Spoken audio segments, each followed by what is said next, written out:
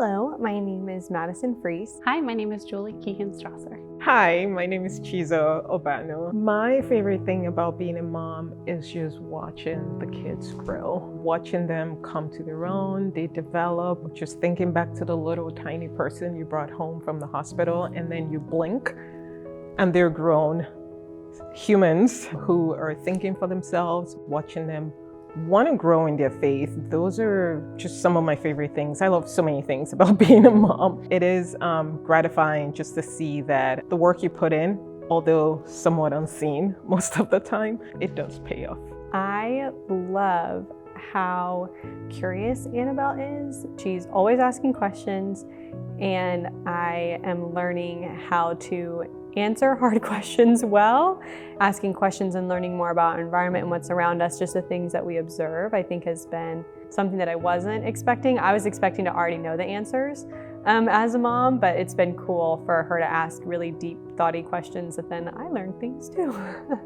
So as a spiritual mother, I have had the blessing of walking with women of all ages.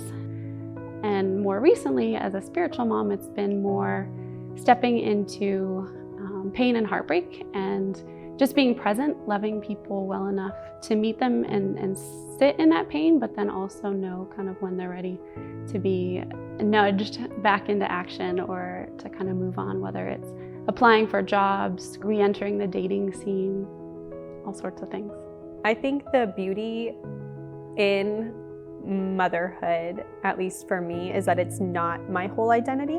I am a mom for sure, love being a mom, love parenting my kids. I love the challenge and the journey that is, but I love being a wife to Josiah. I love being silly and just goofing off with him and having a good time. I love being a daughter to my parents. I love in my vocation that I get to use the skills and abilities that the Lord has given me. There's just so much of our identity that we lose or can fall to the wayside, and you just put all your energy and everything into being a parent that you lose the other aspects. And so I think that that's been my favorite thing, is not losing those other aspects and really leaning into being multifaceted and being the creation that, the whole creation that God has made me to be.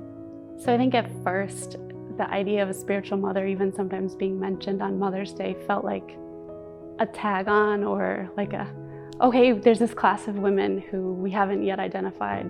Let's throw that out there. And it's really only been, I think, for me in the last couple of years, as the Lord has healed the wound, where I've been able to recognize the value that I have in the family of God as a spiritual mom. There's still a value that comes from just being a woman following God and loving other people well. You're able to nurture, to guide, and to invest. And it's really cool when that's recognized. And so if there are people in your life who don't have kids, but you can clearly see where they have mothered others or mothered you, today's a great day to reach out to them and let them know that you see them and you care about them too.